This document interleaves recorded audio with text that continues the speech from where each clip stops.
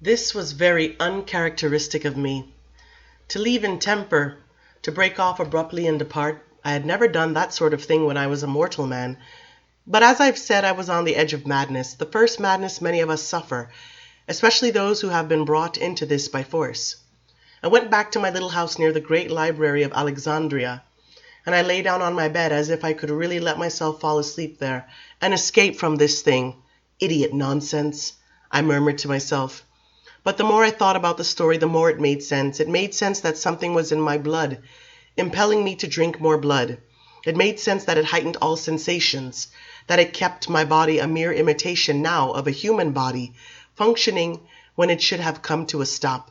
And it made sense that this thing had no mind of its own, but was nevertheless a power, an organization of force with a desire to live all its own.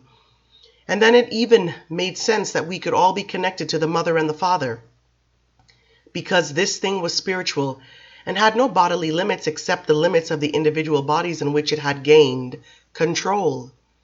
It was the vine, this thing, and we were the flowers scattered over great distances, but connected by the twining tendrils that could reach all over the world. And this was why we gods could hear each other so well, why I could know the others were in Alexandria even before they called to me. It was why they could come and find me in my house, why they could lead me to the secret door. All right, maybe it was true, and it was an accident, this melding of an unnamed force and a human body and mind to make the new thing, as the elder had said.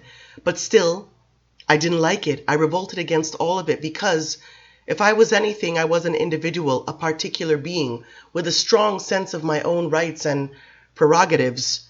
I could not realize that I was host to an alien entity. I was still Marius, no matter what had been done to me. I was left finally with one thought and one thought only. If I was connected to this mother and father, then I must see them, and I must know that they were safe. I could not live with the thought that I could die at any moment on account of some alchemy I could neither control nor understand. But I didn't return to the underground temple. I spent the next few nights feasting on blood until my miserable thoughts were drowned in it. And then in the early hours I roamed the great library of Alexandria, reading as I had always done. Some of the madness dissolved in me. I stopped longing for my mortal family. I stopped being angry at that cursed thing in the cellar temple. And I thought rather of this new strength I possessed. I would live for centuries. I would know the answers to all kinds of questions. I would be the continual awareness of things as time passed. And as long as I slew only the evildoer, I could endure my bloodthirst, revel in it, in fact. And when the appropriate time came, I would make my companions, and make them well. Now, what remained? Go back to the elder and find out where he had put the mother and the father, and see these creatures for myself. And do the very thing the elder had threatened, sink them so deep into the earth that no mortal could ever find them, and expose them to the light. Easy to think about this, easy to imagine them so simply dispatched. 5 nights after I'd left the elder, when all these thoughts had had time to develop in me, I lay resting in my bedroom with the lamp shining through the sheer bed curtains as before. In filtered and golden light, I listened to the sounds of sleeping Alexandria, and slipped into thin and glittering waking dreams. I wondered if the elder would come to me again, disappointed that I had not returned. And as the thought came clear to me, I realized that someone was standing in the doorway again. Someone was watching me. I could feel it. To see this person, I had but to turn my head, and then I would have the upper hand with the elder. I would say, "So you've come out of loneliness and disillusionment, and now you want to tell me more, do you? Why don't you go back and sit in silence to wound your wraith-like companions, the Brotherhood of the Cinders?" Of course, I wouldn't say such a thing to him, but I wasn't above thinking about it and letting him, if he was the one in the doorway, hear these thoughts. The one who was there did not go away. And slowly I turned my eyes in the direction of the door, and it was a woman I saw standing there. And not merely a woman, but a magnificent bronze-skinned Egyptian woman, as artfully bejeweled and dressed as the old queens, in fine pleated linen, with her black hair down to her shoulders and braided with strands of gold. An immense force emanated from her, an invisible and commanding sense of her presence, her occupation of this small and insignificant room. I sat up and moved back the curtains, and the lamps in the room went out. I saw the smoke rising from them in the dark, gray wisps like snakes coiling towards the ceiling and then gone. She was still there, the remaining light defining her expressionless face sparkling on the jewels around her neck and in her large almond-shaped eyes, and silently she said, "Marius, take us out of Egypt." And then she was gone. My heart was knocking in me uncontrollably. I went into the garden looking for her. I leapt over the wall and stood alone, listening in the empty, unpaved street. I started to run towards the old section where I had found the door.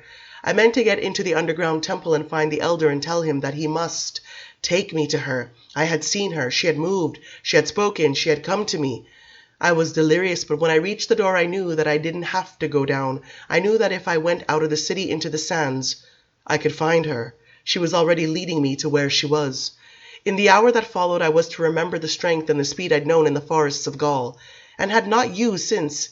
I went out from the city to where the stars provided the only light, and I walked until I came to a ruined temple, and there I began to dig in the sand. It would have taken a band of mortals several hours to discover the trap door, but I found it quickly, and I was able to lift it, which mortals couldn't have done. The twisting stairs and corridors I followed were not illuminated, and I cursed myself for not bringing a candle, for being so swept off my feet by the sight of her, that I had rushed after her as if I were in love. "Help me, Akasha," I whispered. I put my hands out in front of me and tried not to feel mortal fear of the blackness in which I was as blind as an ordinary man. My hands touched something hard before me, and I rested, catching my breath, trying to command myself. Then my hands moved on the thing and felt what seemed the chest of a human statue. Its shoulders, its arms. But this was no statue, this thing. This thing was made of something more resilient than stone. And when my hand found the face, the lips proved just a little softer than all the rest of it, and I drew back. I could hear my heart beat. I could feel the sheer humiliation of cowardice. I didn't dare say the name Akasha. I knew that this thing I had touched had a man's form. It was Enkil. I closed my eyes, trying to gather my wits, formed some plan of action that didn't include turning and running like a madman, and I heard a dry crackling sound, and against my closed lids saw fire. When I opened my eyes, I saw a blazing torch on the wall beyond him, and his dark outline looming before me, and his eyes animate, and looking at me without question, the black pupils swimming in a dull gray light.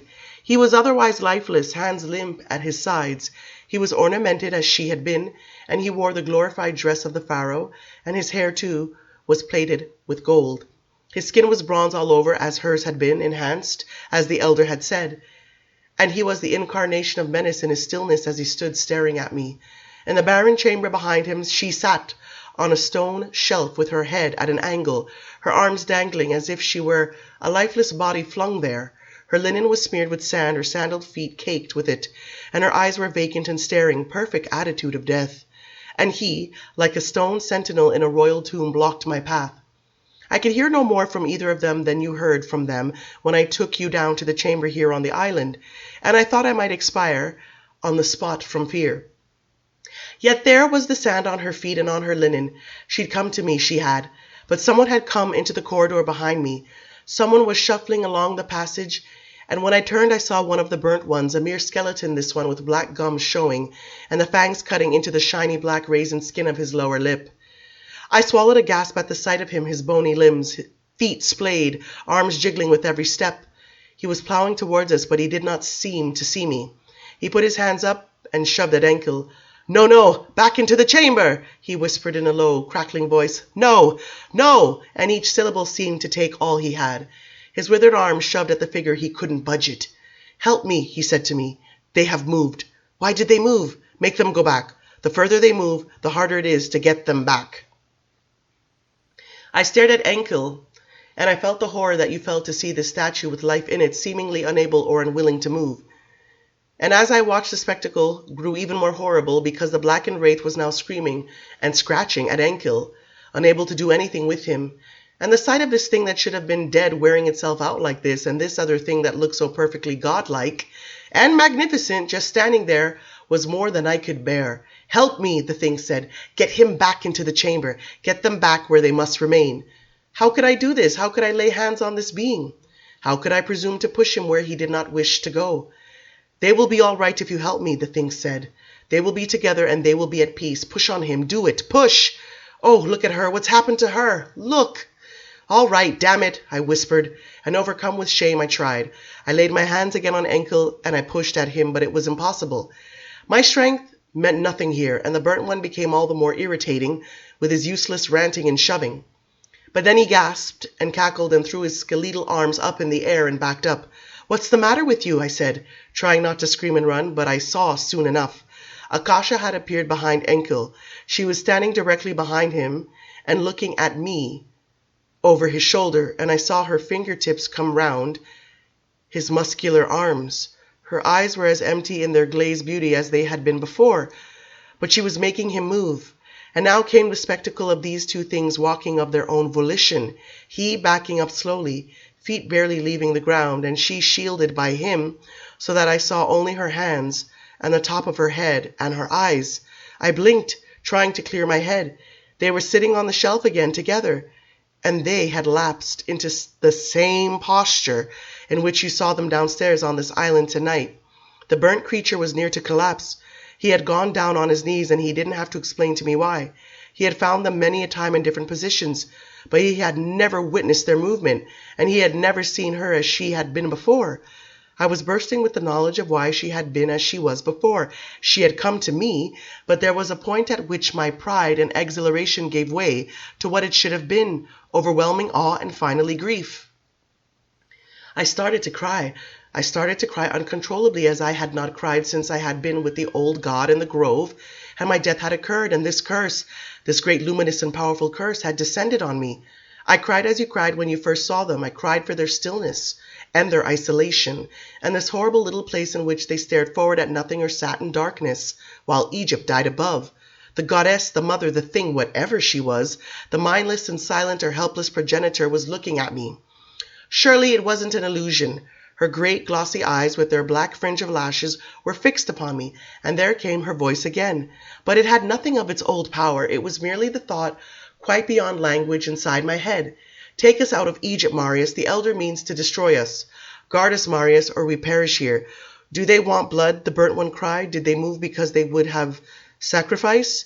the dried one begged. "Go get them a sacrifice," I said. "I cannot now. I haven't the strength, and they won't give their healing blood to me. Would they but allow me a few drops, my burnt flesh might restore itself. The blood in me would be replenished, and I should bring them glorious sacrifices." But there was an element of dishonesty in this little speech, because they didn't desire glorious sacrifices anymore. "Try again to drink their blood," I said, and this was horribly selfish of me. I just wanted to see what would happen. Yet to my humiliation he did approach them, bent over and weeping, begging them to give their powerful blood, their old blood, so that his burns might heal faster, saying that he was innocent. He had not put them in the sand. It had been the elder. Please, please, would they let him drink from the original fount? And then ravenous hunger consumed him, and convulsing, he distended his fangs as a cobra might, and he shot forward, his black claws out to the neck of Enkel. Enkel's arm rose, as the elder said it would, and it flung the burnt one across the chamber on his back, before it returned to its proper place. The burnt one was sobbing, and I was even more ashamed. The burnt one was too weak to hunt for victims or bring victims. I had urged him on to this to see it, and the gloom of this place, the gritty sand on the floor, the barrenness, the stink of the torch, and the ugly sight of the burnt one writhing and crying, all this was dispiriting beyond words.